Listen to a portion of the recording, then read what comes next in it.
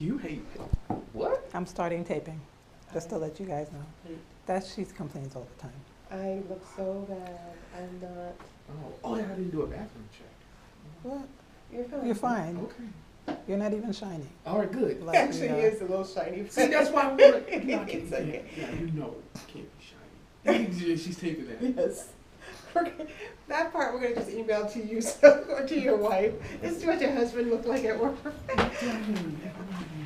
You're fine. Oh, shiny. Can't be shiny on the internet. Come on. I saw that. I saw that. She's taping me doing this. Yes. So, if It's I easier see, just to continually tape. all right. Why are we doing this again? Yes. All right, I'm sorry. I can't have all this little stuff around. Oh my goodness. All right. Namaste. That's better. Okay. Okay. So I'll kind of do an intro, I guess, then. Is that okay? Hi, this is Jerry Sutton, and I'm here with Michael Fluker, Executive Director of the Suncoast Center for Independent Living. Michael, Hi. hi. What we're here to do today is to let the public, the general public and donors and people who are interested in your program know a little bit more about you and what you're trying to accomplish here. So why don't you give us kind of some feedback, some history of what happened, how this became the center, and what you're trying to accomplish. Okay, be more than happy to. The Suncoast Center for Independent Living was incorporated in 1990 under the Rehabilitation Act. So we're federally funded, and we're also funded by the state to provide independent living services to people with disabilities here in Sarasota, Florida. Independent Living Services, expound on that, please. Independent living skills services or skills training is a type of training and education that we provide to people with disabilities. In certain cases, people with disabilities have lost the ability to live independently. Some things that we may take for granted, like going to the store or cooking our own meals, or having impaired brain functions due to a brain injury. So what we do is we provide classes and courses to help them live independently and not dependent on the charity or the assistance of other people. So what would be some of the restrictions to getting some of the services that you provide? Are there any? Are there some parameters that prevent people from taking advantage of the services? Is there a screening process they have to go through? Generally, our services are free of charge. For our ramp building program, a person does need to qualify income-wise. If their income is in excess of 200% of the HUD qualifications, then they would not qualify for a ramp. Okay. Now, in addition to a ramp, let's talk to people who don't necessarily see themselves as being dependent and that they need to be independent, and kind of give them an overview of what other things you will provide. Because I have heard some stories that some people who've had a temporary injury that is not going to be getting any better for 6 months, would they be dependent and then be eligible for your services?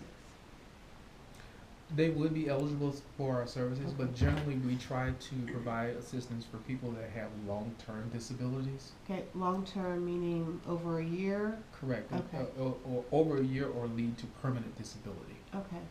And we do that because we get calls all the time from people that may have broken a leg or had an injury that can heal within, let's say, 30, 60, 90 days. And we feel that if we provide provide equipment for them, we're taking away from someone who has a longer term disability. So we try to prioritize and identify people who have permanent long-term disabilities to provide assistance for them. That makes perfect sense. And that explains, because some people may have questioned why they couldn't take advantage of your services, so that's great, thank you. So when we say services, I know that you have a lot of different programs. Why don't you tell us some of the programs that you find have had a great impact in the community? Okay, I'd be more than happy to. We have different programs and services. Each CIL, or Center for Independent Living in the state, we're required to provide 4 core services. Independent living skills training, advocacy, peer mentoring, and information and referral. Okay. I really got stuck when you said advocacy. Okay. Help me about that one. We help people with disabilities gain access to any rights or any benefits that are available to them. For example, we help people with disabilities by completing Social Security disability applications. We also provide advocacy in assisting people with doctor's visits. If the doctor is not explaining things clearly or the consumer doesn't necessarily understand, we accompany them to the doctor visit so that they can feel more comfortable or have someone, an ally, if you will, to feel more comfortable during the visit. That is great. Now, are those people who are accompanying them volunteers or trained people that you have on staff? Train people that we have on staff. Wow. What a great job that would be. It's very rewarding. I want to come work there. I like that one. Okay, so the other three, within all four of those focus areas that you're mandated to work on, do you have, how many programs do you have under those focus areas right now? Okay, for the programs we have 4 programs. We have our medical equipment loan program. Okay, which area does that focus on, fall under independent skills? Oh, I'm sorry, no, the programs are independent of the core services. So these are separate things. Oh, wow. Correct. Okay. With the core services, with independent living skills training, and we'll see that later with our transition center, our computer lab, where we provide courses that are more computer based. In our peer mentoring, we have our peer mentor, and what he does is he encourages, he provides empathy, and he motivates people with disabilities. Because oftentimes if a person has a disability either from birth, accident, illness, or age-related, sometimes that person can become a little depressed or discouraged as a result of disability. And so what the peer mentor does is he provides, again, that encouragement, the empathy, and then the motivation to continue living independently even though you have a disability. Okay.